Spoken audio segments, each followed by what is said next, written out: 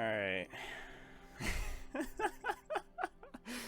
Oh, this is gonna be a wreck. If you've been watching any popular content creators recently, chances are you've seen one or two of them playing this game right here, It Takes Two. And if you couldn't tell from the name, pretty much the entire point of this game is that it's a two-player co-op adventure. And honestly, I've seen enough people play the first few levels that I wanted to try it out for myself. However, thanks to my unconquerable superpower of not wanting to talk to people, I figured that rather than learning how to make friends, maybe I could instead learn how to make this two-player game into a one-player game and beat It Takes Two by myself. But hold on, wait a second. There's no way you can actually do that, right?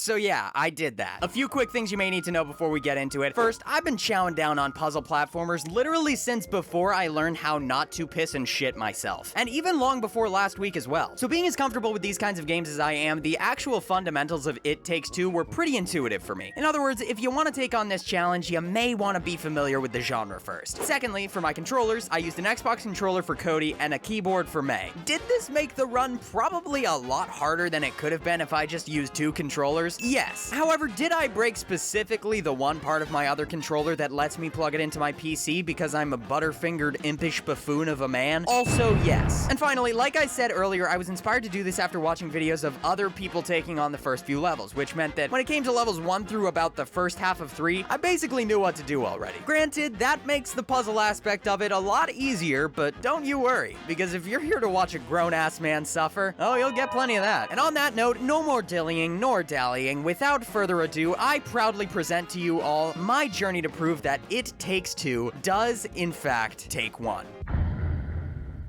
So to start this game off, we're treated to a cheerful opening as we watch a couple go from happily greeting each other at the door to telling their daughter that they'll be getting a divorce in about a minute flat. Naturally, being the most emotionally mature of the bunch, the daughter handles this fairly well and excuses herself from the dinner table. We soon after learn that this child is a seasoned spellcaster as she uses spider climb to make her way down the house and goes to the shed out back, carrying with her a pair of expertly crafted voodoo parent dolls, which she uses to vicariously experience the feeling of having two healthy, functioning adults raise a child. She then promptly places an eldritch tear enchantment on these dolls, which transfers the souls of her parents into them. This is of course all thanks to her warlock patron, Dr. Hakim, expert relationship counselor, and a man who I grew to dislike within about 15 seconds of meeting. Dr. Hakim fills the couple in on the situation and informs them that in order to return to their bodies, they'll need to fix their relationship. The two of course respond with, "What relationship?" To which Book Boy retorts, "Exactly." Then Cody and May hit him with the classic Irish goodbye and begin searching for their daughter so they can convince her to reverse the spell, returning them to their bitter and unhappy lives. And with this, the games begin. Alright.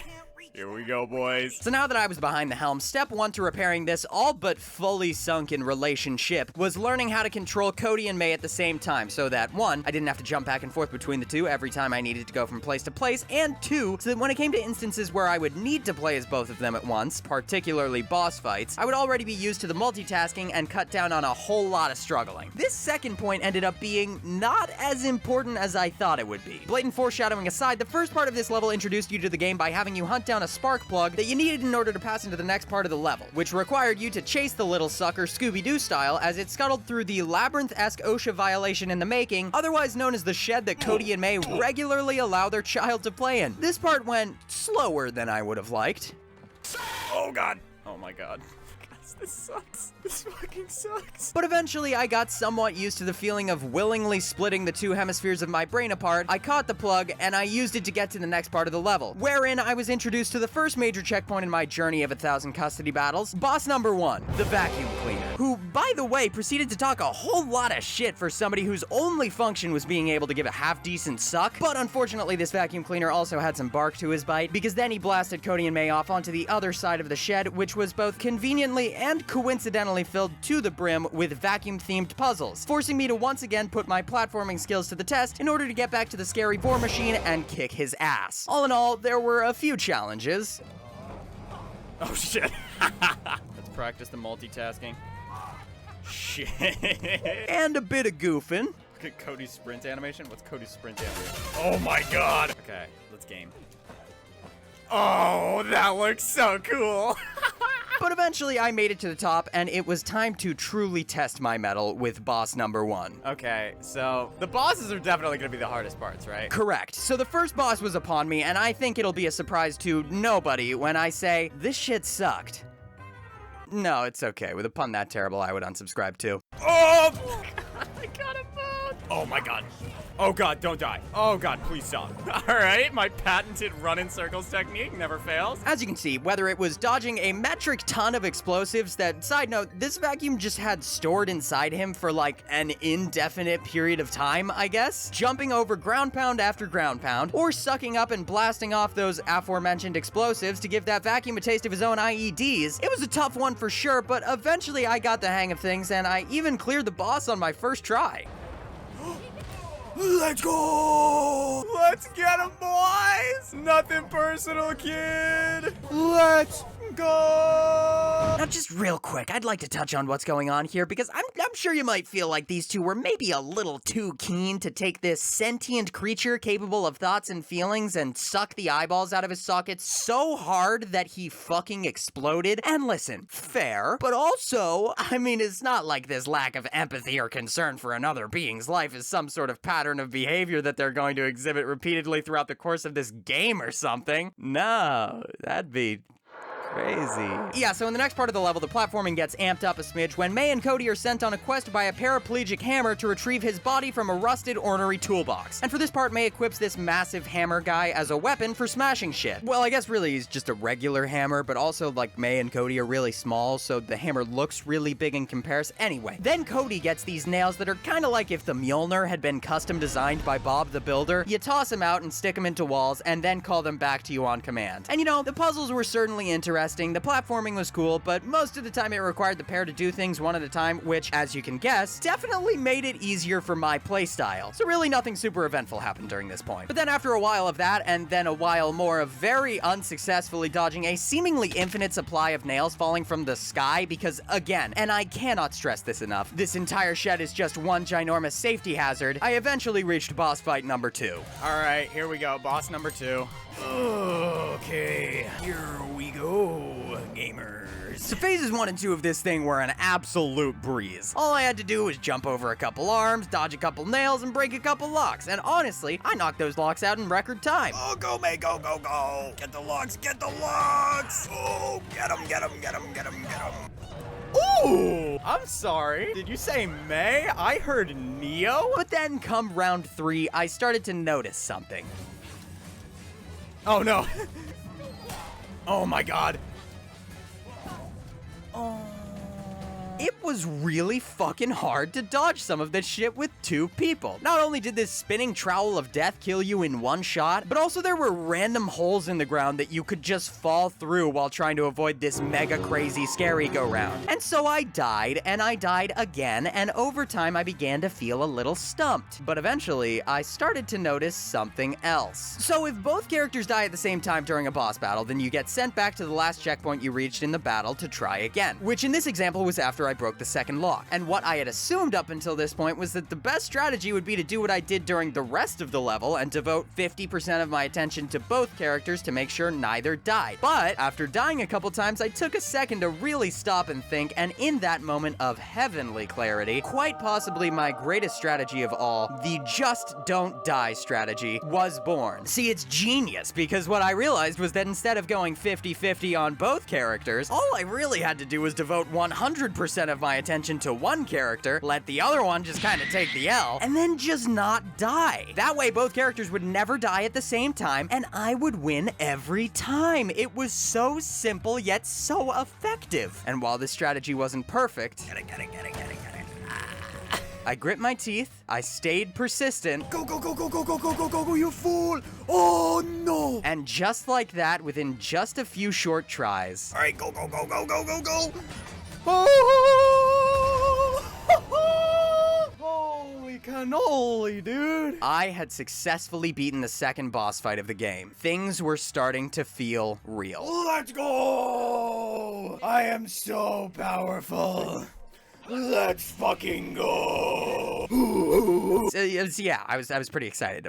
Anyway, moving on from that. So after being launched over to the shed's exit by Hammer Bro and the Handy Mannies, we find Cody and May are just feet away from reaching their daughter Rose. That is until they get supremely cucked by the scholastic dickface himself, Dr. Hakim, who proceeds to tell them that stuckness is, quote, a mental construct, just after having not 5 seconds ago slammed the door to the shed, effectively locking them inside it like a professional-grade serial killer. So after determining that they have to take the window to get out, Cody and May briefly transport into the world of Sonic Adventure 2, do a bit of absolutely sick rail grinding, a couple quick puzzles, and eventually, when they reach the window, they find a pair of anthropomorphic binoculars who very unconvincingly attempt to tell the two that their absolutely zoinked out human bodies are not dead without actually explaining what has happened to their bodies. This pair of binoculars then informs the couple that Rose came into the shed crying and these tears fell onto the dolls. Cody then figures out the secret of his daughter's magical abilities and in his unending wisdom determines that since this spell was caused by tears, it would only make sense that in order for him and May to return to their bodies, they would have to make their daughter cry. You know, like any good father would do. May then enthusiastically agrees, you know, like any good mother would do, and they decide that the best way to reach her room, where she's located, is to climb the tree in their backyard, an endeavor which Dr. Hakim is all too eager to help with as he provides them with some rope to swing from branch to branch and tells them to go nuts. It was at this point that I was placed in the driver's seat once again and forced to be the one to enact this pretty solidly emotionally abusive plan, and with that, my journey continued into Chapter 2. So as I made my way up this absolute behemoth of a tree, I started to notice that I was getting more comfortable with controlling the two simultaneously. So I made a mental note to pat myself on the back and eventually made my way up to the top, where I found a strange door which Cody wanted absolutely nothing to do with, and May wanted absolutely everything to do with. Because their parents evidently did not teach them about stranger danger, the two decide to go with May's plan, and within probably 10 seconds of knocking on the door, they get kidnapped by a squirrel. Then there's a quick cut over to Rose, who we watch take a fat L as she believes she's being blatantly ignored by her father, who in actuality is just hella incapacitated. Probably wouldn't have gone much better even if he was awake though. Anyway, back to Cody and May, who have been tied up and are being casually slaughtered repeatedly by a pair of bloodthirsty wasps. After a while of this, it's determined that since these wasps are continuing to brutally kill them again and again, that's probably a strong indicator that Cody and May are not allies to said wasps. So the squirrels, who are evidently warring against these guys, send Cody and May out on a suicide mission to take out the queen wasp, decking Cody and May out with some new squirrel tech weapons to help them out. Cody is given a sap gun, which can be used to weigh down objects and just generally make things gooey. And May is given a match launcher. Basically, it's a flaming crossbow that she can use to ignite Cody's goo. So from this point, it was pretty par for the course. I did a couple puzzles, learned the mechanics, jumped on some shit, you know how it is. However, in this level, there was a bit of a catch. Oh god. This is going to be very not fun. Cody and May also had to deal with a bunch of super murdery wasps, which they do by covering them in sap and blowing them up. Lack of empathy, pattern of behavior. Of course this was foreshadowing, you fucking idiot. Yeah. Anyway, this came with its fair share of challenges, but all things considered, it really wasn't too difficult. Apparently the game heard me thinking this, however, because after a couple more puzzles and a bit more dope-ass Sonic 2 rail grinding, they decided to send approximately 500,000 more of these wasps in my direction. And after dealing with those guys, Cody and May were met with boss number 3, Shield Wasp, which is literally just a wasp with a shield, which you would think wouldn't be that much more difficult to deal with than a regular wasp, but if the only way you can deal with him is by covering him with sap and blowing his ass up like the 4th of July, and he can just block that sap with the shield, yeah, this one was a bit annoying. Get him. Nice. Ooh, that was big. Get him, get him, get him. Nice. Oh my god. Ooh. Suck a dick, Shield B. No, you know what, May, sorry, you're taking the L here. It's Cody's turn. All right, get him, May.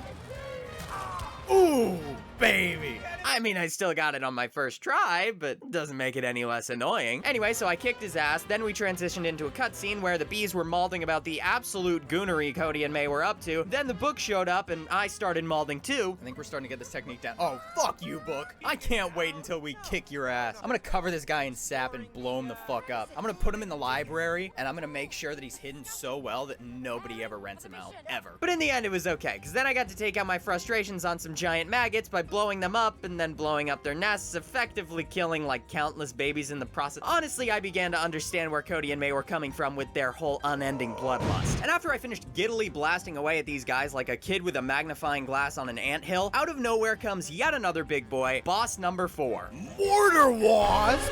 What the fuck is a mortar wasp? So this mortar wasp basically just floated around shooting flubber bombs at Cody and May, and you know, I'll just let the footage speak for itself here. Okay. Gamer time. Ooh. We're just getting started, baby. Oh god, please, no. Cody, run like your life depends on it, because it does. Okay, May's back, she's goated. First try. Okay, we've got a flow. May, for the final shot.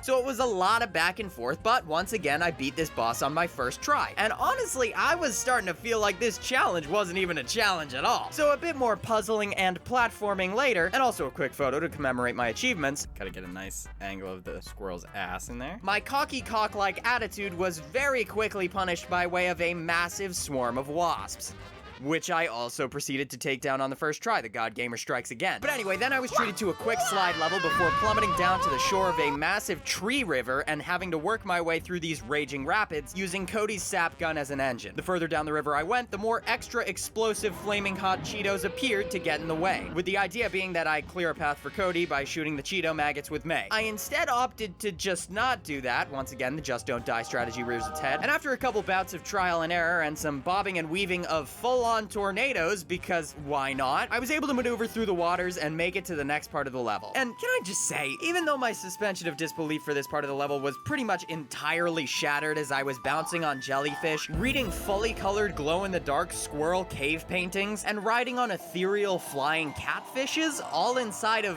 a tree, the simplicity of the platforming really allowed me to take a step back and appreciate how absolutely stunning this game was. Despite all the challenges that came along with my journey so far, I was actually having a lot of fun. But as soon as the game noticed I was enjoying myself, I was hit with yet another boss battle, this time against a ginormous beetle. For this fight, the premise was pretty simple. Fill up these holes with Cody's sap, get the beetle to charge over to one of said holes, then blow his big fat keister up with May's match gun. Once again, this was a matter that could be solved by my coveted just don't die strategy, and so long as I avoided his charge attacks and jumped over a ground pound here and there, it was easy peasy. And so I took him down in no time flat. Honestly, I think the most astounding part of all of this was that as he was on death's door, Cody and May actually opted to spare a life for once and recruited his services to get a fast pass to the Queen Wasp's chamber, which left me to both steer the beetle while also shooting down opponents simultaneously in a controller layout that was just about as bizarre as you can probably imagine. Okay, I've got both hands on the controller, but my wrist is sitting on my mouse, so hopefully that will be enough. I am using my pinky finger to fire.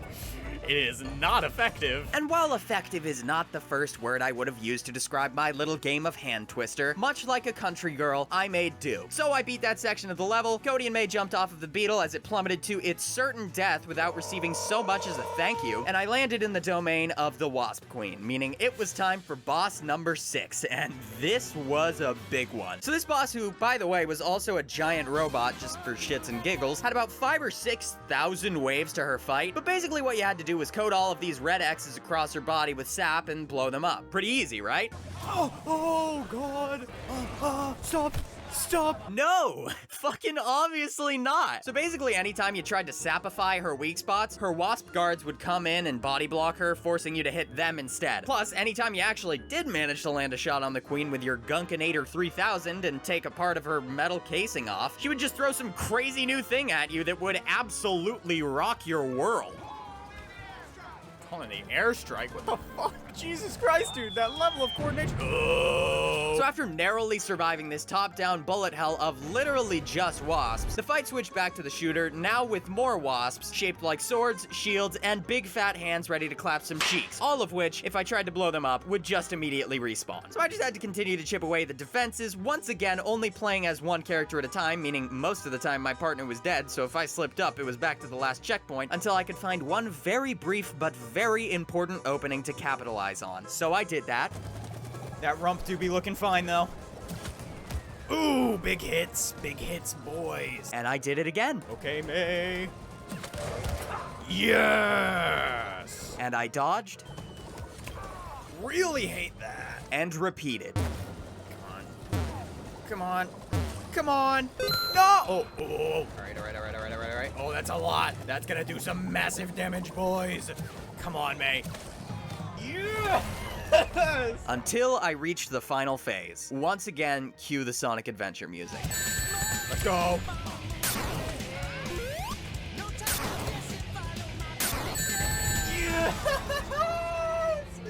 First try! I beat that shit without dying once. Of all of the boss battles I struggled to beat throughout this entire run, that one just might have been my proudest. And so it was out of the frying pan and into the fire with me, because in destroying the giant wasp mecha, Cody and May come to find that its pilot was a bumblebee with an identity crisis. And so once again, acting completely out of character, they decide not to kill it, and as the wasps close in on their newly found fraudulent monarch to murk her ass, Cody and May hitch a ride on her to get out of there, blowing up the wasp nest in the process and returning to Squirrel HQ to report the good news. But as we know, this game does not typically support acting mercifully towards others, and so this is swiftly punished when Cody and May return to the squirrels, and after finding out that the couple didn't kill the bumblebee, the squirrels decide they're gonna try to kill them too. So after a last-second escape from the goddamn squirrel mafia, Cody and May hijack their plane and go for a little ride, requiring me to operate a vehicle while also shooting down mobile opponents for the third time this level. And I will say with 100% sincerity that never have I been so grateful for aim assist in a video game before, because let me tell you, flying a plane while also operating the gun for that very same plane is not an easy task. Oh my god. This is so challenging, dude. My brain is turning off. But eventually I made it through this part, and the worst of it was behind me. Let's go. Oh god. Oh no. Oh wait, no, I remember this part. How the fuck am I gonna do this? Oh no. Just kidding, how about we just casually fly this plane through highly difficult to navigate terrain while also playing fucking Street Fighter? So yeah, for this part, Cody flies the plane while May fights Sergeant Big Nuts over here, but here's the fun part: if May loses the fight, you start over. And if Cody crashes the plane, you also start over, meaning I had to do this completely by the books. And you know what? Any sane person probably would have reached this point and just tapped out, because yeah, screw that. But I guess I need to get my damn head checked out, because not only did I continue forward without question, but it actually only took me 3 tries. So rather than trying to explain it, let me just show you this absolutely astounding winning run. No, there's no way I'm controlling this with my elbow. Oh my god, he's getting dunked on. Oh my god. Fuck you, dude. Oh god, I forgot to steer the plane. Holy shit. Oh my god, wait, I'm kicking his ass. He's fucking done for. I've got his goddamn number. Easy peasy. Easy fucking cake.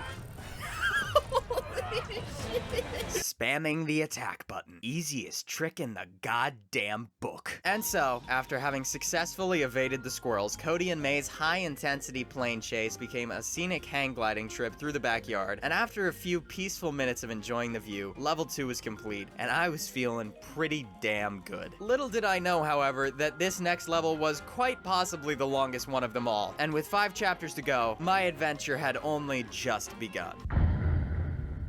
We start this chapter off with yet another example of why Rose is undoubtedly the most emotionally healthy member of this family, as she tries and fails yet again to communicate with her parents, deciding after no response from her mother that ultimately it's best not to bother her and that she'll figure out the logistics of having 2 Christmases later. She then makes her way back upstairs with her friend Mr. Space Monkey, just as Cody and May casually crash land into her bedroom. As they plan their approach, the paperback bitch himself makes yet another appearance, much to my excitement. When can I crash my plane into him as I fight him Mortal Kombat style? Of course, in this moment, it was almost as if I was controlling the cutscene myself, because Cody and May just say screw it yet again, ditch the book in the middle of his sentence, and descend upon the room, now being watched by a mystery pervert with a voyeurism kink. And so, it was time for me to take charge for level 3. Now, as I alluded to earlier, this is probably the longest level in the game, and this is already getting to be one of the longest videos I've ever made, which is scary because this is level 3 out of 7, so I'm gonna do my best to give this level the extra speedy treatment while still covering all the necessary bases and making it entertaining. Alright, so after journeying about a hop, skip, and a jump from the level's starting point, I found a typical 4chan user's base of operations, decided to get a bit wacky with it, and started hacking some shit. This ended up being a clever ruse, however, as the 4chan user then revealed himself to be a man with a neckbeard so strong that it had spread to his entire body. It was Rose's baboon buddy, sent straight from a costume shop to impersonate official NASA personnel and punish Cody and May for trying to make their daughter cry by ejecting them into the cold vacuum of space, completely completely stranding them to fend for themselves with only high-tech anti-gravity boots that allowed May to walk on walls, a dollar store Ant-Man belt that allowed Cody to both grow and shrink his body, and a number of puzzles that could only be solved using mechanics that required the users to be able to walk on walls and both grow and shrink their bodies. Although this left me with dwindling chances for survival, I decided to venture on nonetheless, hoping to find a way out as I completed the many space puzzles that were ahead of me. And I'm gonna be honest, there were kind of a lot of them, so I'm just gonna give you the highlights so we aren't here all day. Level 1 involved some planet hopping and galaxy grinding, and also I got to do this puzzle, which being able to sync up with as one person made honestly pretty easy, but also pretty cool looking. Another one, another one, another one. Oh, Level 2 was a lot of anti-gravity platforming, where the hardest part was probably remembering which one was the crouch button. Level 3, I rolled a ball around a small obstacle course as Cody, while May ran on top of it, and I was just in a weird mood for that one. Why, he kind of looked like Carl Weezer, though. Jimmy, I want a divorce. It's time you and I go our separate ways, okay? Guys, take a look at this. Level 4, I learned how to conduct an electrical current, and Cody dick-smacked a rocket so hard that it exploded. Level 5, I played pinball, which, as a child of the arcade, excited the boomer in me greatly. And Level 6, Cody fucking died. Oh. So anyway, with that, all the levels were complete, and after doing one final puzzle, I was able to move on to the main event, the monkey fight. Alright, something tells me this isn't gonna be fun. Ooh. So right off the bat, I could tell this boss was a pretty tall order when its health bar was split into 3 sections, which is video game code for lean forward, wipe those sweaty hands off, and snort some G Fuel because you're in for a goddamn marathon of a boss battle. So yeah, the main fight had 3 phases to it. The first phase, I had this heat-seeking laser absolutely melting either Cody or May if they stood still for even half a second, and once it would kill one of them, it would switch right over to the other to quickly take them out, meaning I couldn't really take this one at a time. So I pretty much just ran in circles with May to distract the laser while I figured out what I was actually supposed to do with Cody, and eventually that just kind of worked itself out. Then the second part of this phase decided to combine everybody's favorite elementary school playground classics, jump rope and don't get hit by the fucking bomb, which resulted in a couple deaths, but in the end it wasn't anything too tough. So I ripped the laser beam right off this ship, Get fucked, nerd! and moved on to phase 2, which involved Cody and May dodging heat-seeking rockets and then using these rockets to blow up the ship. Lucky for me, this one was more my pace since it was a lot easier to just make do with one character, so I saddled up, went full Spike Spiegel with May, and said, "See ya, Space Cowboy," to phase 2. Now for the final wave of this fight, you had to dodge an absolutely insane amount of lasers with May, while simultaneously climbing inside the ship with Cody and running your ass through an American Ninja Warrior course to reach the eject button for the ship, which is a level of multitasking that sounds nearly impossible from the offset. However, I think you guys know where this is going. Once again, I put the just don't die strategy to use, said no thank you to dodging lasers, and hoped for the best with Cody. And, well, here was my first try. Okay, so I think I do remember this part, actually. You're supposed to avoid the lasers with her as you're platforming with him. So I'm thinking the move is just don't die with Cody. Oh my god. Oh, look at that little fluffy tail guy. He's controlling it with his tail. You're doing great, May. Hold down the fort, sweetie. Okay, okay. Oh, shit. Oh. Ooh, let's go. Oh my god, the just don't die strategy. I don't know why more people don't implement that.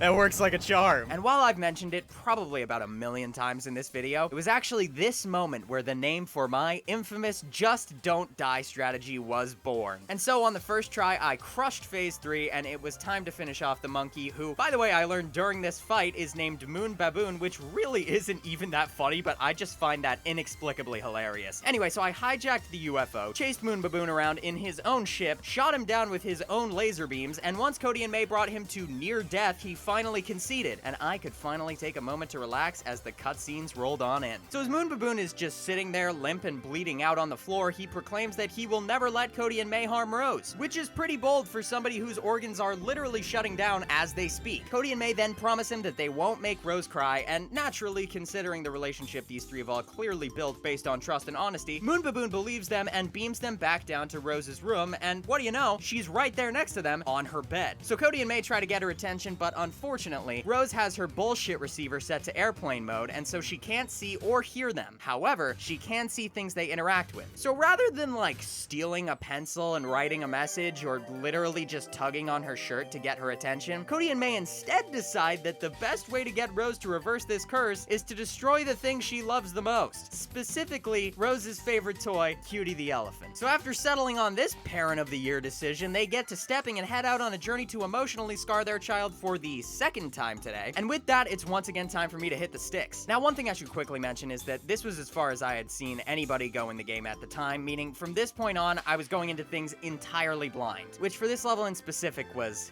unfortunately important for the upcoming dramatic story beats. More on that later though, so with a whole batch of new puzzles that focused a lot more on synchronized coordination than the previous ones, needless to say, this part of the level was kind of a struggle. Oh god, okay, alright. This isn't gonna be fun. Except yes it is, this is the run. Shit. What the fuck is this? This is actually surprisingly easy. Shit, oh my god! But eventually I conquered these beastly puzzles, and much like the Knights of the Round Table, the heavenly shining bounty that awaited me was glorious. Alright, what's in the chest, boys? Oh my god! The golden fidget spinners!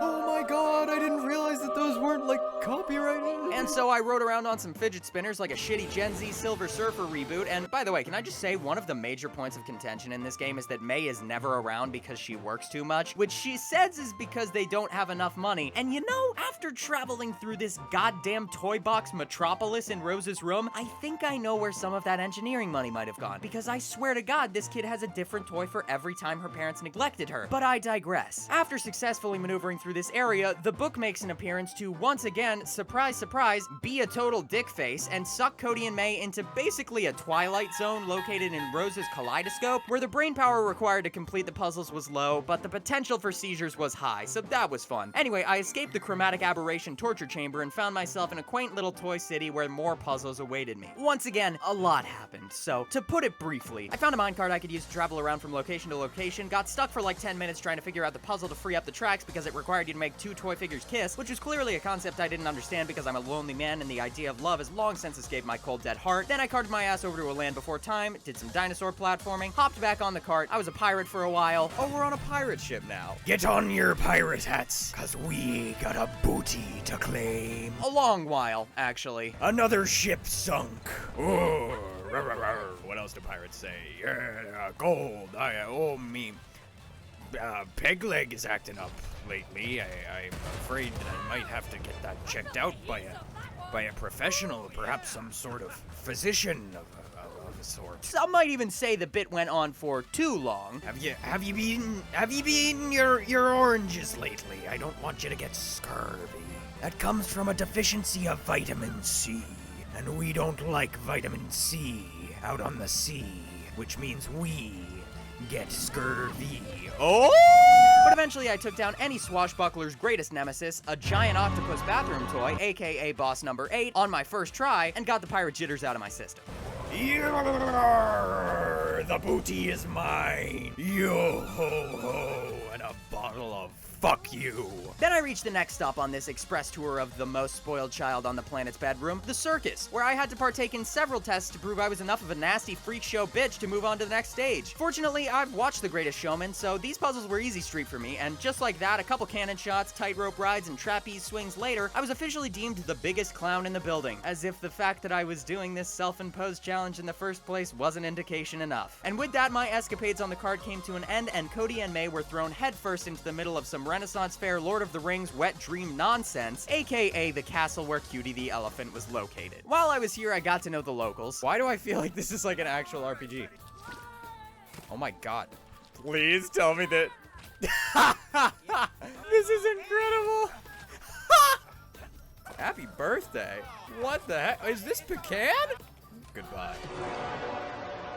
perish. Then, after deciding I had made enough friends for the day, I gave the people of this peaceful city a warm welcome by smashing through the Queen's front gate with a wrecking ball. For reasons that are utterly beyond me, the guards didn't take well to this, and Cody and May were thrown straight in jail. They quickly broke out, though, and in an effort to hide from the guards, were very suddenly thrown into the world of LARPing, as the suits they chose to hide in were laced with some magical shenaniganry, giving Cody the ability to cast ice spells, while May was given a massive flame sword, once again propagating the subtle theme throughout this game of May's dick being, in all ways except literal, vastly larger than Cody's will ever be. Anyway, it's at this point that the game becomes, and I'm not even kidding you here, a top-down dungeon-crawling Diablo-esque hack and slash. And while nothing during this section gave me any trouble in particular, I still want to talk about it because holy shit, this was so much fun. And in my opinion, it's one of the coolest parts of this entire game, which is saying a lot because this is an incredible game. Anyway, I just kind of wanted to jerk off the developers for a second there, but yeah, so I took down some guards, then this absolutely terrifying baking doll sleep paralysis demon showed up and crushed my ass a couple times before I was able to narrowly escape her clutches. Then I went toe-to-toe with a legally distinct dollar store Bowser knockoff toy, sent his ass straight to the fiery pits of hell with no remorse, and finally faced off against the kingdom's last bastion of defense, boss number 9, the chess pieces. Now, in terms of character design, level design, and just general creativity, this boss fight scores a 10 out of 10 in my book. It was dope as hell and I had a bunch of fun. In terms of difficulty, however, yeah, I just kind of let the king bully Cody in the corner while I smacked the shit out of the queen with May, and honestly never was there a point in this boss fight where I was worried. So as I had done many times before, I beat this fight first try, and now it was time for, by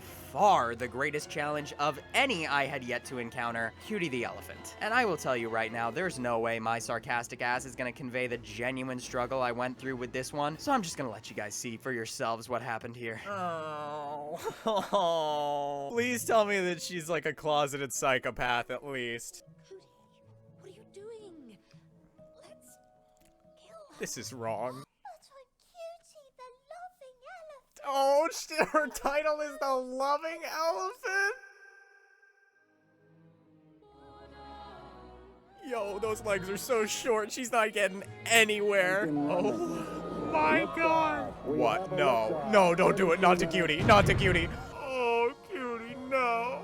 Cutie. No, we have to fucking crane game her. Oh, I gotta look away. Oh no, this is gonna be slow. Dude, they are literally murdering a living creature. This is becoming a horror game. Why? Oh my god. Dude, are you kidding me? Oh, they're really making me draw this out. Oh god. Please, God, no. Oh no.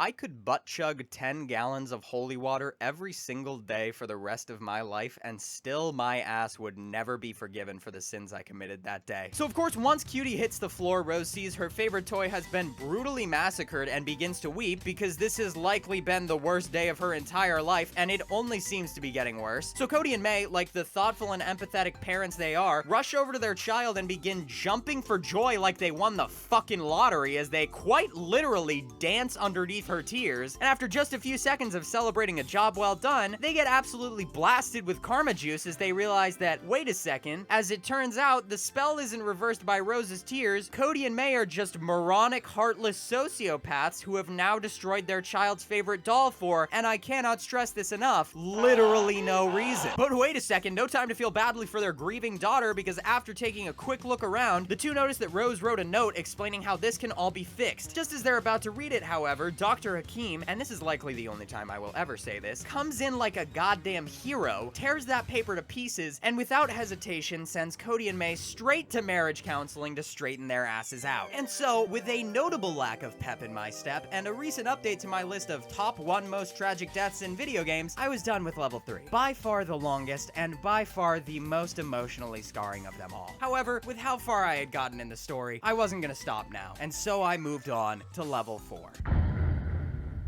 After tearing apart Rose's cheat sheet on performing the infamous shitty parent skip in this any % divorce speedrun, Dr. Shelfwarmer presents Cody and May with an ultimatum. They either A, go through a 4-part therapy session on how to fix their marriage, which is quite possibly more dead than the elephant they just murdered not 5 minutes ago, and then with each step of the session they complete, they'll be given another piece of the note, or 2, they just keep doing what they're doing and they just never return to their bodies. And while I think Cody, May, and I can all agree that both of these options are quite possibly fates worse than death, Cody and May decided they have no choice but to go with the therapy. So after a bit of marital feuding, Dr. Do-Nothing determines the subject of their first therapy session, the importance of time. And with this subject decided, Cody and May are sprung headfirst into the base of their family cuckoo clock to get things started. The book then gives the two special powers, allowing May to leave a clone of herself that she can teleport to on command, and Cody to control the flow of time for select plot-relevant objects. They're then tasked with completing a series of puzzles in order to open up a track that allows these conveniently May and Cody-shaped clock accessories to be brought together. And once they've satisfied the conditions of yet another one of the book's classic heavy-handed metaphors, they'll receive their first quarter of the note. With that out of the way, the cutscene fades out and gamer mode is initiated once again. Like usual, the first part of the level introduced me to the mechanics by throwing a few simple puzzles my way. For this level, that kinda just involved going through the same handful of steps every time. Reverse time on a random object that's surprisingly intricate for being located in a part of this clock where nobody would be able to see it. Place a clone in the general area of this object, unreverse time, teleport to the clone, and you're done. All in all, not bad. I did have to use both abilities at the same time, a bit more than usual for this level, which did require a couple more hands than I had on hand, but I got creative with it and eventually made my way to the next part of the level. Oh, this is pretty. Also, inside of a clock tower. How'd that happen? So as I questioned the logistics of placing a whole entire hidden city into a cuckoo clock, I made my way through this anomalous clock town like the hero of time, and after getting stuck several times trying to figure out very simple puzzles, I reached the gates to what I can only describe as your second choice school when you get rejected from Hogwarts. However, unlike Hogwarts, which only has goofy looking owls and a single rideable bird that bites you if you don't pass the vibe check, this place had ginormous metal raptors just lying around like some sort of super experimental lift service. So I flew around on these literal bird scooters for a bit, did a couple more puzzles, and after activating and subsequently demolishing this building's anti-emotionally abusive parent barrier, I made my way inside the clock tower to continue my quest. While inside the tower, I followed the Cody and May figurines across a bridge straight out of a steampunk wet dream because this game is so goddamn beautiful. Then I had a small heart attack when I saw this gargantuan Keyblade warrior statue defending a gate, because given the day Cody and May have had, I think it would be crazy not to assume that this thing has the capability to come to life and use that XXL key to unlock a person's fucking ribcage. But fortunately, the Colossus of Clock here was actually just there to unlock a comparably massive door. And after a couple more quick time reversing clone dispersing puzzles, I unlocked the door and made a mad dash out of there before the big guy changed his mind about not kicking my ass. And as I moved on to the next part of the level with my back turned and my thoughts completely fixated on this enormous red herring of a statue, I ran headfirst into the actual boss, a huge metallic bull with an evident vendetta against soon-to-be divorced couples. Basically, for the fight, you had to use Cody's ability to reverse time on this pressure plate right here, which would then allow May to activate it. This would then reveal a statue with a red bull face, and naturally, this would anger the bull because we all know that all bulls are extremely sensitive when it comes to the infamous 2014 false advertising lawsuit against Red Bull. So the bull would then charge the statue, giving May just enough time to teleport over to a clone she placed out of harm's way, and then the bull would bonk his little dum-dum noggin. Rinse and repeat, bada bing bada bull. So now that you get the idea, here's the execution. Oh, a Minotaur,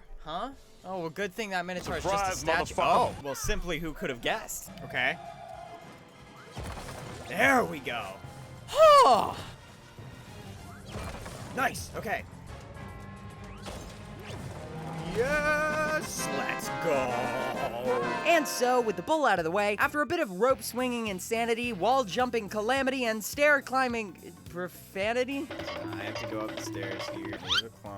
Back down the stairs. Push this button. Let him go up the stairs. Take my clone and get the fuck out of here. yeah, close enough. Anyway, then it was time to climb further up the tower, with my Olympic level jump rope skills being once again put to the test in the process.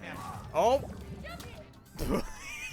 Okay, I'm just gonna keep Cody alive because I believe in him. Cody, an absolute master, a movement specialist, the hide-and-seek champion. And after yet again proving that even Corbin Blue himself couldn't step to the motherfucking Duke of Double Dutch that I am, the situation went from a casual stroll through a peaceful clock tower to literally one wrong move away from being swallowed whole by a giant metallic falcon in about 0.5 seconds. So I dodged a couple totally unwarranted falcon punches, and after a clutch interception on Cody's front, the bird had been thoroughly swatted. So since I had so quickly taken the bird out of the equation, the game team decided to retaliate by having the building itself go full Clockwork Orange on Cody and May. And by that I mean it tried to beat the ever-loving shit out of them just for the sake of violence. Luckily, thanks to the fan favorite Just Don't Die strategy, I was able to deftly maneuver around some lethal pendulum swings, Oh my good god. expertly evade some unnecessarily sharp gear saws, Okay, May, you're doing great. May, I believe. and then absolutely decimate several clocks that were likely just as lethal as they were expensive. Utilizing my secret weapon, my cunning intellect, and unconquerable luck. And finally, this led into the climax of the chapter, wherein Cody and May were forced to work together in order to stop themselves from getting completely Dragon Ball Z style eviscerated by a massive explosion. Honestly, this part took longer than I'd like to admit because it required me to jump from debris to debris, remembering which parts I had and had not jumped on before. And if I'm being totally honest here, my brain and my attention span are at constant war with one another to see which one is the smallest. So long story short, it took me a while, but eventually I made my way to the heart of the clock to stop this nonsense once and for all. Once again, Cody used his stand power to unfreeze time and send a massive pendulum straight into this cheeky, violent son of a bitch clock's big ol' heart. Then things went from totally crazy to completely cuckoo, pun unfortunately intended, as Cody and May then had to rush their little derrieres out of the building before the whole place exploded. Being the clutch gamer I am, of course, I absolutely blew it on the first try because I thought I would have enough time to take it one character at a time. Once I understood my mistake, though, I tried again, and then came this moment, which I show you not because it is essential to the video, but rather because I enjoy patting myself on the back, perhaps more than any human being who has ever lived. Oh, they both need to make it in time, don't they? Ha ha ha! Okay.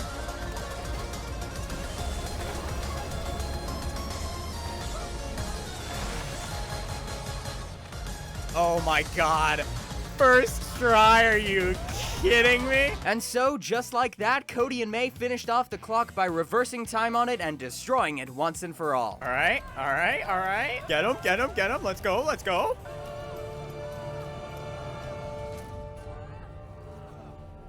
Come on. Oh, wait. Is it... What?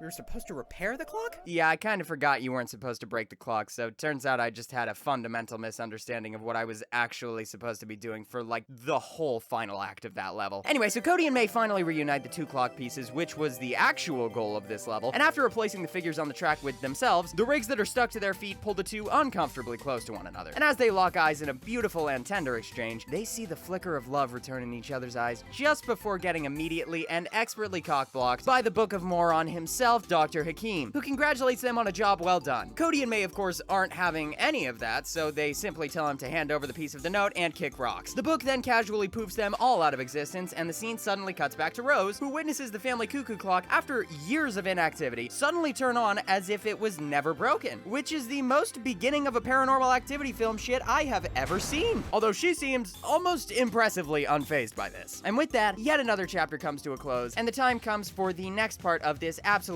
wild adventure, Chapter 5.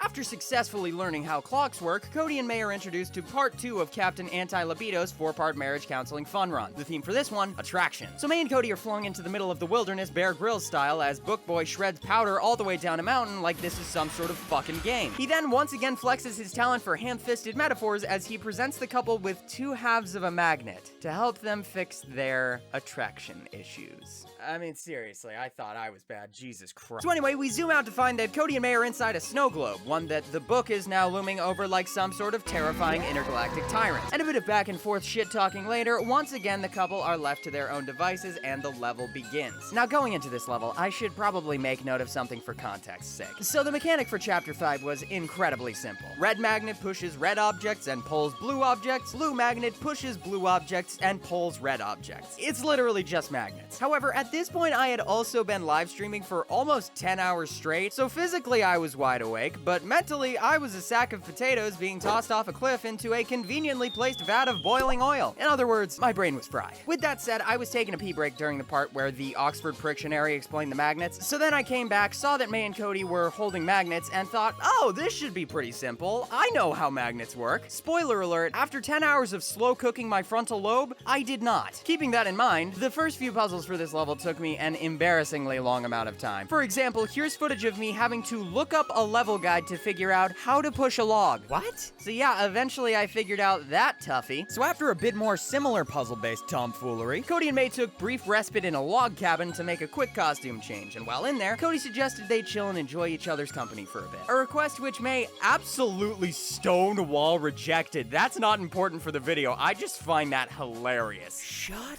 down, Codester. No month is colder than the month of May. Anyway, then the two had a quick ice skating race leading them straight into a beautiful vacation city that had been frozen over and shut down, which, as Professor Eyebrows so insightfully explained, was a perfect metaphor for their marriage. So Cody and May were then tasked with locating several bell towers and ringing their bells, which, for some unexplained reason, would subsequently unfreeze the city. I, of course, did this in no time, freeing the people of this beautiful town using my incredible platforming skills and, more importantly, the power of love. Let's go, another village saved, thanks to our heroics and our just absolutely unshakable desire to get divorced. Like, I'm talking like real bad. Shuffleboard? You know, maybe love was a bit of poor word choice there, but either way, things were going well, and everything seemed to be pretty normal up to this point. That quickly changed, however, because once all the bells were rung, May and Cody then took a gondola up to a carbon copy of the Grinch's Mount Crumpet, where they briefly partook in a rave being held within an icy cavern at the top. And after dropping it low for a minute or two, they proceeded to immediately and without hesitation borrow a couple bobsleds from the people hosting this cordial gathering, which, by the way, were aesthetically just an exact three-way split between Gru from Despicable Me, the Abominable Snowman, and literally any character from an 80s ski movie. Anyway, using these bobsleds, Cody and May went on a high-speed tour through the area, which included such lovely sights as this one-of-a-kind emotionally traumatizing hotspot. Oh my god, oh my god, oh my god, this is fucking gross! What the fuck is this? We are becoming intimately familiar with the anatomy of a whale right now. What the fuck? And if you look to your left, you will see the esophagus. God damn! So yeah, that never gets addressed one single time throughout the remainder of this game. Anyway, eventually I reached the next part of this level, the water level. A classic trope of a level that all games so unapologetically continue to have. Anyway, to make a long story short, nothing really special went down here. I dodged several attacks from that nightmare fish thing from Finding Nemo, as my general lack of coordination disallowed me from tightening a few underwater screws. Then I fucked around with some weird gyroscopic generator contraption that just kinda had lava in it for some reason. And then I did some current jumping and hook swinging, which eventually came to a head when I used the power of magnets to hard reboot a candy cane mass production pump machine. And to answer your question, no, I had no idea what was going on either. I had been streaming for 10 hours straight. It's a miracle I knew my own goddamn name at this point. So after I had completed these arduous tasks, May and Cody were able to use the machines they had fixed to power a lift that took them up to a winding tower staircase. And so I then, of course, utilized this part of the level to show just how mentally gone I was. Cody, keep the fuck up. May is crushing it right now, and you're just lagging behind. Oh wait, May. Oh, May. Cody's found a second wind. Where are you at? Oh, May's catching up. Oh, Cody, you better not be slipping. And so then it was on to the next part of the level where things would start to get just a teensy weensy bit really fucking difficult. Starting with a quick run back on the ice skating races, now with the added difficulty of rail grinding and magnet propelled jumps. And you know what? No big deal. I've watched Yuri on Ice. I knew what I was doing. But then I was met with the next part of the level, which presented me with a new mechanic for the magnets, which allowed Cody and May to cling to each other. And as you can probably imagine, executing some of these upcoming puzzles would require a lot of synchronized efforts between May and Cody. In other words, it was time for me to put just about everything I had learned about multitasking up to this point to the test. So right out the gate, I was met with a challenge that was, in layman's terms, stupidly difficult for one person to do on their own. Alright, are we supposed to do some fucked shit here? Right, Cody, we'll try it at the same time. Wait, at the same time? So they're gonna launch off of each other. Alright. This is the one. I can feel it in my bones. It wasn't the one. Now, after seeing that, you may be thinking to yourself, well, wait a second, what about that platform right across the way? Can't you just waltz one character over to the other side and have Cody and May's magnets meet in the middle? And yes, that's absolutely correct. However, in a feat of tunnel vision, which in retrospect is genuinely unfathomable, I did not see that there was another platform. So I spent 5 whole minutes struggling to land this jump that, in hindsight, was really too difficult even for 2 people, which should have been an indicator that there was perhaps another far easier method, but in reality it just made me want to land that jump that much more, and so after the longest 5 minutes of my life, I actually landed the jump.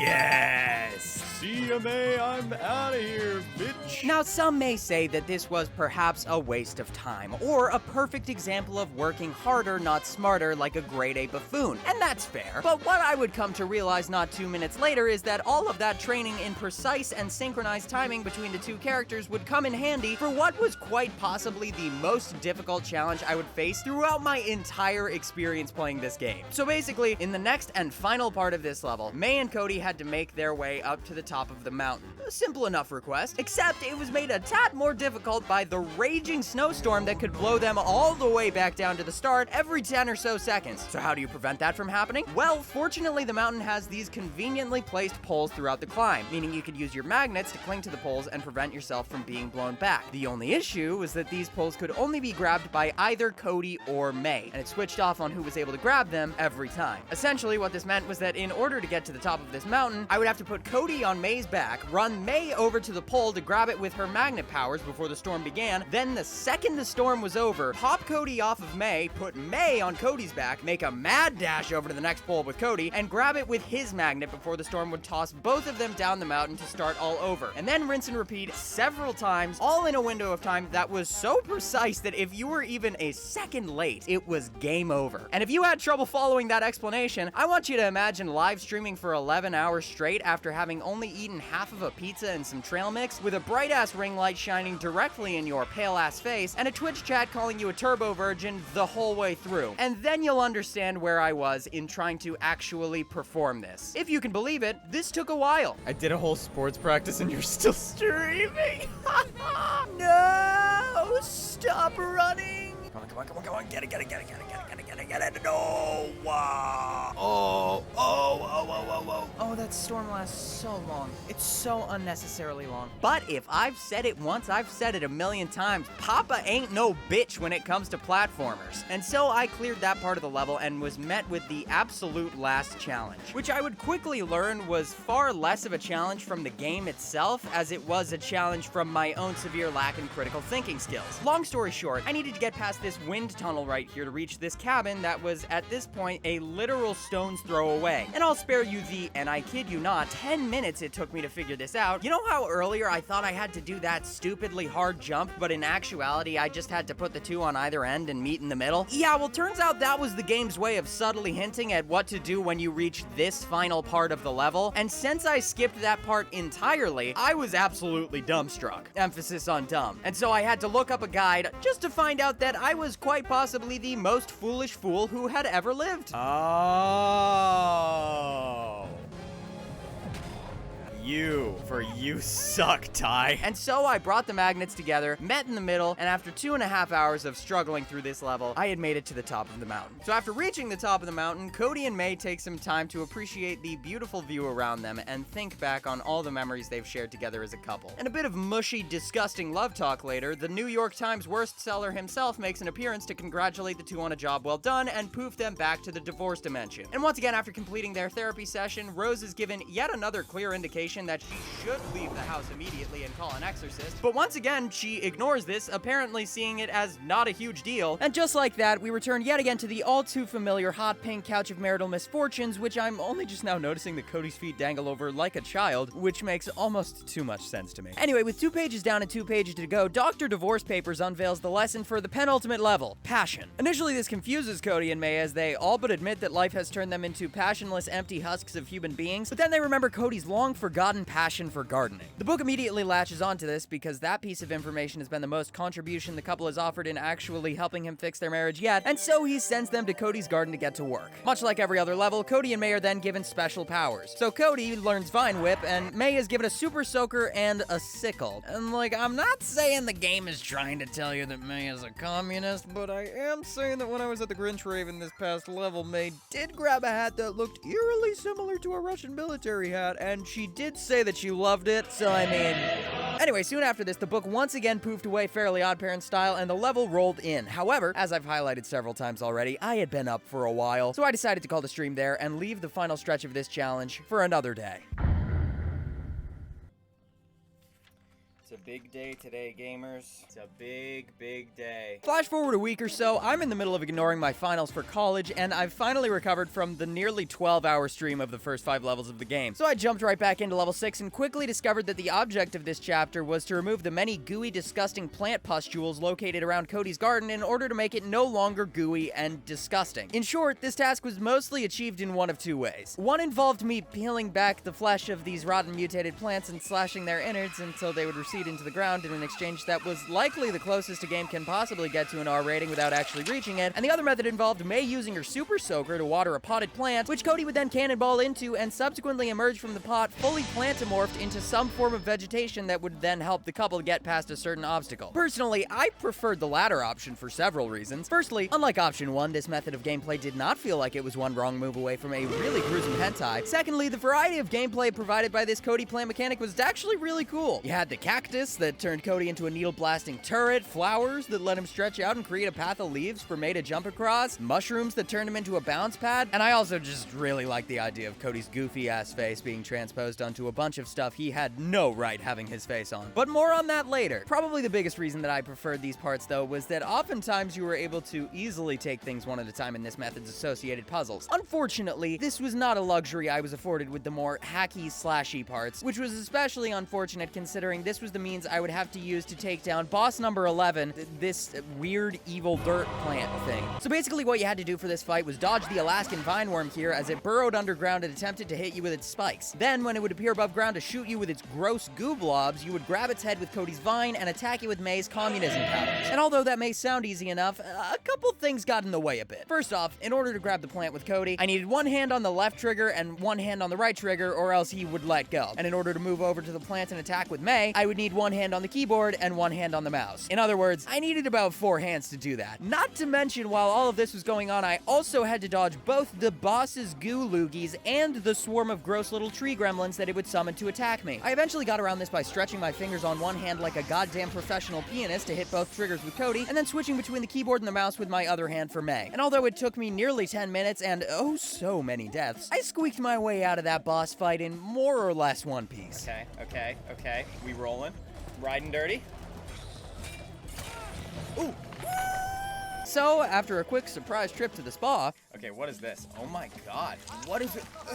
Cody and May caught a glimpse of Cody's favorite flower, Joy, who seemed to have caught a pretty nasty case of clinical depression. An irony that I assure you is not lost on me. And in resolving to cure this beloved flower's case of the blues, the Mighty Morphin marriage haters sprung into action and the game was afoot once again. Fast forward past a bit of garden traversal, a shield tree gremlin fight that took me well over 10 minutes and that I will elaborate no further on because just thinking about it makes me sad, and an unexpected journey to reunite 2 baby spiders with their mother, May and Cody found themselves being forcefully swept away into a dark and foreboding cave. And it was at this point that the game went from a Michael Bay reboot of The Little Shop of Horrors to if Metal Gear Solid had a Honey I Shrunk the Kids reskin. In other words, it was a stealth game where May and Cody had to sneak around, you guessed it, a bunch of giant sleeping moles. My solid Rick Moranis film references aside though, this part of the level was actually pretty fun. Basically, Cody transformed into a patch of grass so he could create a path for May to walk along in order to avoid stepping on these weird red uncooked macaroni shells and waking the moles up before the couple could escape the cave. And after successfully clapping my ass cheeks all the way through the mole hideout without alerting any guards, I was rewarded for my incredible sneakery by being thrown to the bottom of an even darker, even more foreboding cave filled with an even greater amount of even hungrier moles. What ensued next was a chase scene between May, Cody, and just about every single mole on the planet. A chase scene that lasted long enough to merit not 1 but 3 different camera angles to accent the intensity of the situation. But as they say, all good molescapades must come to an end, and so May and Cody escaped the mole's clutches, bumped into a couple frog taxis, and bummed a ride off of them for a while. So after a bit of leapfrogging through the garden's disgusting bogs of coagulated purple flurp, and hopping along lily pads in a not-so-subtle nod to Frogger that once again shows that when deciding the genre for this game, the developers answered simply yes, the pairs landed at their next destination and bid farewell to their amphibious friends. And with this, I was met with a leaf-jumping puzzle that required enough brain splitification to give a Mensa-certified genius an aneurysm, and a boss rush that required enough hand-based dexterity to give the world's best masturbator carpal tunnel. And so, of course, after effectively lobotomizing myself and shattering my hands while I was at it, it was time for the final boss.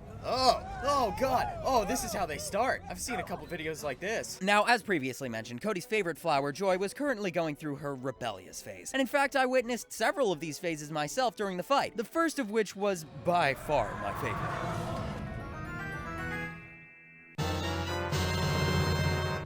What the fuck is to Cody gonna do? Oh my god, of course you would name his attacks. And so it was up to May to clear up the sludge from the ground in order to create a path for Tomato Cody to come in and save the day by slamming through the many dirt worm monsters the team faced. Once this barrier of eldritch terrors was broken through, Cody could briefly take control of Joy and remove the malignant growths across her body one at a time.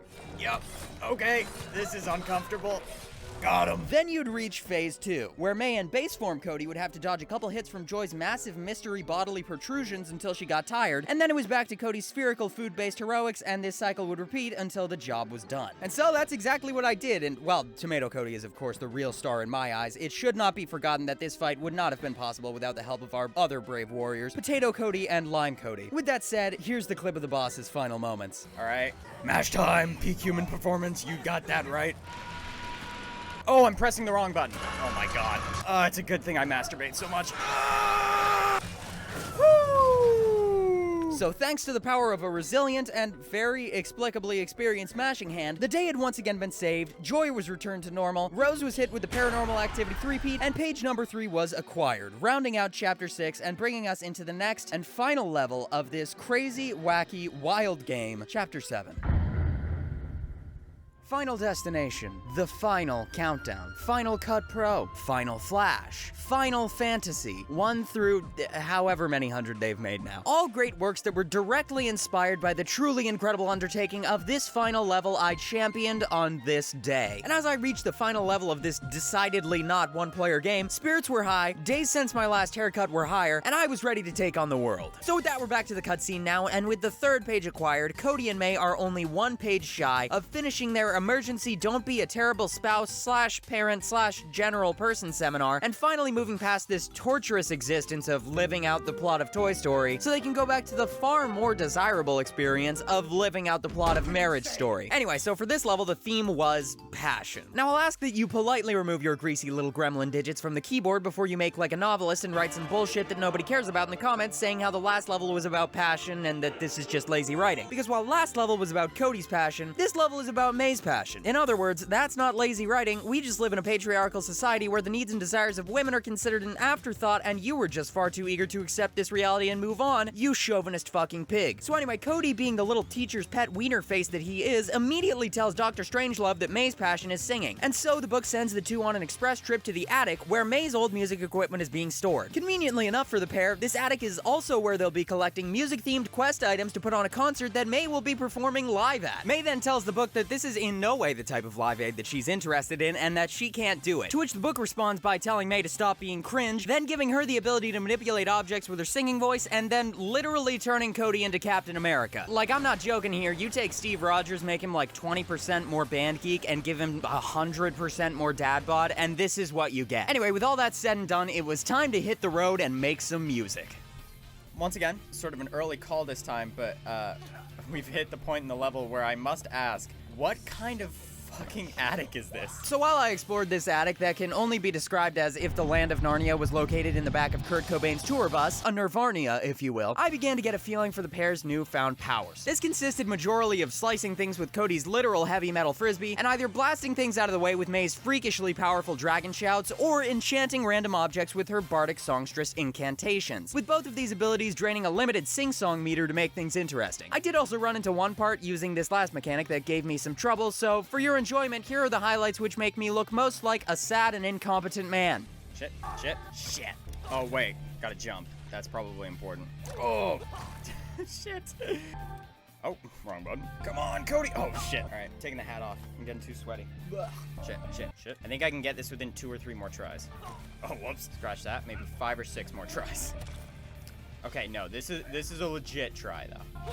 Do I hear 8 to 10? So later on, the couple stumbled across Cody's grandfather's jukebox, and after working their way into the immaculate, golden, beautifully illuminated interior of this priceless antique, the two went on a goddamn warpath, destroying every bit of technology they could find in the general area, not minutes after Cody talked about how his grandfather always told him to be careful around this deeply beloved family possession. Promise not to break it? Fuck that. Sorry, Gramps. But naturally, because this game rewards rewards you for every time you choose violence, the book responded to this excessive destruction of property by rewarding the two with their first item needed for this concert, the speakers. And with the speakers acquired, next up on the list was the microphones. So I maneuvered through Mission Impossible laser beams using a Scream-powered Simon toy, played around on some giant instruments that had no practical use in advancing the level but were very effective at distracting my little chimp brain, and used May's voice and Cody's glorified extra-large letter opener to charm and immediately slice the jugulars of a bunch of hellish nightmare microphone snakes. And I know what you're probably thinking. Well, that's all good and fun, but I'm starting to get a little bored over here, so could you please move on to a part of the level where something actually interesting happens? And to that, I take your strong Yelp reviewer energy and raise it one massive, deadly, anthropomorphic serpent microphone chase scene complete with exploding speaker systems, a brief snake-rephoned rodeo, and even a bonus snake fun fact for good measure. Did you know the king cobra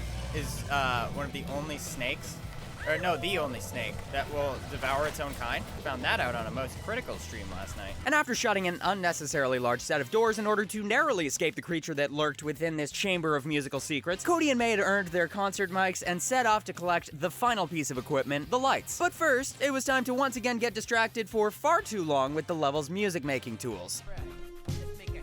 Oh, are we making some fat beats right now? Yo, we're officially music makers. Okay. This is actually so sick. Fuck you, man, dude. I put my heart and soul into that. And while I likely wasn't going to be getting any phone calls from Daft Punk anytime soon because A, they're disbanded, and 2, seeing my sheer level of confidence coupled with my overwhelming mediocrity would probably have been enough to send them into double retirement, the song I produced was enough to get me to the next part of the level. And what awaited me there was yet another challenge wherein the game took a good long look at my goofy-ass mug and said, yes, I'd like to make this man's life just a little more difficult. The object of this section of the level was to bring Cody to the other side of this unlit, precariously platformed stage using a spotlight guided by May. Honestly, more than anything, the difficulty in this challenge came from my lack of patience, resulting in me frequently jumping off of ledges or blowing past the spotlight and taking damage from being in the dark. And really, I say that was the only challenge, but after conquering my inner race car, I was hit with a second spotlight to control, which, for those of you keeping track at home, means I had to control one spotlight with the keyboard, one spotlight with the mouse, and one Cody with the controller, leaving me for about the 100th time one arm short of completing this task with any sort of competency. But regardless, I got there, and after flipping on the light switch, in came the book to award May and Cody with their final item. Okay. Oh. What? What? Do we finally get to beat this book's ass? Oh, I've been waiting for this, baby. But what else do we need? Oh. No. It's, concert's fine too. Concert's. Yeah, no, that makes thematic sense. Yes, alright, I know it makes no sense to make the Crimson Butt Chin the final boss, but let a man dream, okay? Anyway, so the stage was set, but something was still missing, and that, as pointed out by Codester McChodester, was the orchestra. So now it was time for Act 2 of Finding Distractions so we don't have to discuss Custody Rights the musical, where they would travel to, theoretically, heaven, but realistically, knowing what Cody and May have done, limbo with a fresh coat of paint over it, to locate their musicians. And right off the bat, you've got one more point on the side of limbo, because first thing I came across when entering this bizarre logic-defying extra-planar realm, which I must once again remind you is located inside of some random dysfunctional married couple's attic, was yet more instruments placed there presumably to distract and entrap me for all of time as I lived out the rest of my days plucking away at Bill Joel's Piano Man. But fortunately, I was able to fight off the urge to fiddle with these instruments into eternity, which, after watching the entirety of this video, you can probably assume was a lot harder than it sounds. Oh, God. Nice. Crisscross applesauce. Yeah, this is gonna suck a lot. Here we go, boys. Whoops. And in conquering these symphonic beasts, Cody and May found themselves being launched into a beautiful city of clouds, pipe organs, and pristine golden coliseums. And you might be tempted to believe that this would in fact be heaven, but don't be fooled, my child, for just as soon as you think you've reached a land of eternal peace, in comes Dr. Necronomicon to remind you that the devil is real and he's way too invested in fixing your marriage, which is also the title of my new favorite anime of the summer season. Anyway, long story short, the orchestra's been kidnapped, and it's up to the dynamic divorcing duo to save them and bring them back to the concert. Also, May and Cody have jetpacks now, just for shits and giggles. So up and away went Cody and May on their search and rescue mission to find and recover their accompanying talent. And nothing too crazy went down here, but also I just had a fun time kicking some demon ass, so here's some footage from that little adventure. Get him. Oh, shit. Even literal demons are like, wow, these guys are kind of fucked up, right? We will stop at nothing to achieve our goals. And if that means taking down literally everybody who has done nothing to harm us in the process, then so be it. And just like that, bingo, bango, boingo, that's one hot and ready orchestra prepped and raring to go. And just when you thought this concert finally had everything it needed, the book pulled May and Cody in for one last score to retrieve the most important part of any good concert, an audience. But May, who at this point has basically been suffering from one massive panic attack this whole time, really doesn't like the sound of that. The book then tells her that if they want the last page, she has to put on the concert, a bargaining chip that May refers to as blackmail and the talking divorced couple fanfic refers to as therapy, which I just think explains a lot of things about what's gone on today. Anyway, so naturally they oblige, and in making their way over to a glow stick nightclub, they get carded because, as the bouncer points out, they look like a couple of toddlers peeking over the kitchen counter to try and steal a cookie from the cookie jar. But fortunately, the book's gotten in with the bouncer, and the two make their way into the club through perhaps the most intricate entry hallway ever manufactured. Rainbow Road? If I've said it once, I've said it a million goddamn times. The genre of this game is yes. So being the product of many a Mario Kart game, I loved every second of this part of the level. It was so beautifully done. The controls going along the track were almost as smooth as my brain while I was trying unsuccessfully to operate May and Cody independently of one another. It was just every kid's wet dream. Well, that's probably not the best choice of words there. After that, there was a brief round of platforming, then a nice quick segment where Cody and May ran along the top of a disco ball, and by nice and quick, I mean brutal, and it took me like 5 minutes and I died several times. Is this what they meant when they said running through the 90s? And finally, after finding an elevator located directly inside the album cover of Pink Floyd's Dark Side of the Moon, I found myself on the dance floor with an audience before me and ready to be entertained. And despite what I will reluctantly call the book's best efforts, it was up to me and me alone to coax these glow sticks into feeling the rhythm through the power of several simple DJ-themed minigames. And before we get into what had to be done to make this final challenge happen, I should mention that as soon as I saw that this level was music-themed, there was one little thing represented by 3 little letters that I was hoping to see pop up throughout this entire level. Yo, we about to play some fucking DDR? DDR. DDR. Oh my god, there's more missing. See, when I think music, I think rhythm games, and when I think rhythm games, I think DDR, or as it's known in this game, Divorce Divorce Revolution. What I didn't consider about having a rhythm-based game in this level is that I would have to play a rhythm game as 2 people at the same time. And so, for the final challenge of this level, in order to win over the crowd, I had to perform a couple menial tasks like shaking the mouse or mashing a button, and after completing that, I would be presented with this. Oh god! This was, in a word, yikers, dude. And yet, I couldn't really complain because I did quite literally ask for it. So I shook my mouse like I was teaching Stuart Little how to twerk, I mashed my controller like a Smash Bros player whose opponent just did literally anything, and eventually I learned the button combinations for the dance section well enough to be able to put on a show of a lifetime. This was the final product of those efforts. Okay. Gamer. Oh, they're coming back, baby. Oh, they're coming back. Oh my god, we're doing it, baby. We're doing it, baby. Oh my god. Oh my god.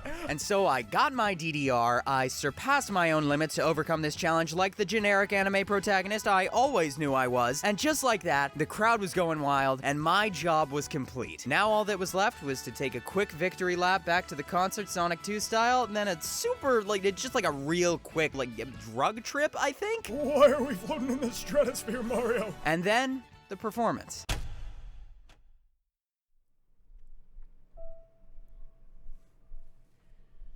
Yo, are we about to have a man or a Muppet moment? And as May made her way backstage, while Cody prepared the equipment for the show, it really started to sink in that this was it. Regardless of if there was some massive rock and roll monster boss, another even more amped up DDR minigame, or just one final cutscene ahead of me, whatever was on the other side of those curtains would lead into the end of the game and the completion of this stupid, insanely difficult, and incredibly fun challenge. Now, I've always been a bit of a sentimental guy, so as much as I tried to play it off or joke around at the time, there was definitely a strong, bittersweet feeling that came over me in that moment. Through all the struggles, through all the laughs, the insanely difficult bosses that seemed practically impossible, or the mind-numbing puzzles that, in all honesty, should not have been possible to accomplish as just one person, this was truly some of the most fun I had had playing a video game in years. And that's why, instead of just uploading a VOD and then forgetting about it forever, or chopping down little 5-minute segments for each of the levels, I decided to make a big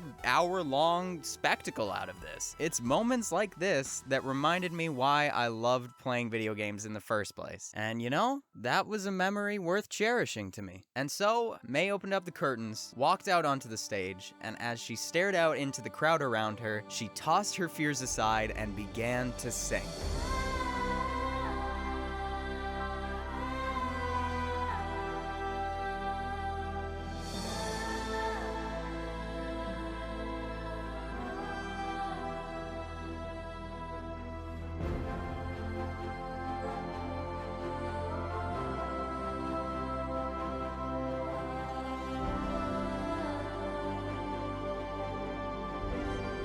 Oh, nope. I mean, Jesus Christ, dude. Talk about killing the mood. You make a whole game about a couple going through the process of a divorce and you end it by having them kiss and make up? Like, come on. I thought we were all in this together, all aboard the judicial separation station. What the fuck happened to that? God damn. Well, anyway, so with that, Rose's wish is finally granted, and with May and Cody having learned how to care for each other once again, Dr. Hakim can finally poof back into the divorce dimension after a job well done, and Cody and May can finally return to their original bodies. All is not well when they return, however, as Rose is nowhere to be found, and when looking for her, what they find is that shitty parent skip cheat sheet the two worked so hard to acquire is not in fact a shitty parent skip cheat sheet, but is instead a shitty child skip cheat sheet, and that Rose hoped to solve her parents' issues by Alt F4ing straight out of the family, once again proving that Rose cares far more about her parents than her parents have ever cared for any other living being in their entire lives. Anyway, long story short, Rose ran away, so the chase is on to find her before she, I don't know, falls off a cliff or some shit. Fortunately for Cody and May, children are notorious for their famously short legs and lack of directional proficiency, and so Rose is quickly found, and May and Cody do probably the absolute last thing I would have expected them to do: apologize. Because god damn it, I guess people really can change. And so the couple explain that in the grand scheme of things, the divorce probably wasn't her fault, and all is well once again. And so, as the trio walks off into the sunset, a calm, warm feeling fills the air, and the game fades to a lighthearted and uplifting close. And there you have it. That's the game. For those of you who are only here to see how one guy beat a two-player game by himself, that's your complete, albeit extremely long-winded answer. Feel free to click away, because that's all I have to offer you. But for those like myself who are a bit more sentimental, I'll leave you with a few words from the end of this stream that I think pretty perfectly sum up just what an achievement like this meant to me, and what it means in the grand scheme of things to work hard, to accomplish your goals, and to believe in yourself. So with that said, thank you all so much for watching, and I'll see you next time. Wow. Okay, first off, can I just say that this was an incredible game? Like, all jokes aside, this game was absolutely phenomenal. Secondly, I'd just like to make a comment on this challenge as a whole, because I think it sort of speaks volumes on, oh god damn it, unintentional pun, I'm sorry for that. I think it speaks volumes on the idea of persistence, because at the end of the day, there were so many times where I would look at a challenge and I would say to myself, how in the hell am I gonna get past that? I am only one man, and this requires the effort of two.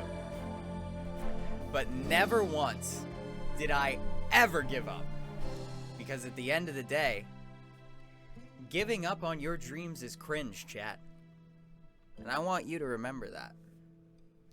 Because if you never give up on your dreams, and you keep pushing, you keep striving, and you keep coming up with ways to do what you gotta do, it really only takes one. I don't know. Listen, we stopped a divorce from happening. We stopped a child from running away. All jokes aside, this was a lot of fun. I had a good-ass time doing this. And I hope that you guys had fun watching. It has been an interesting experience, to say the least. But it has been one that I'm very glad that I undertook. In conclusion,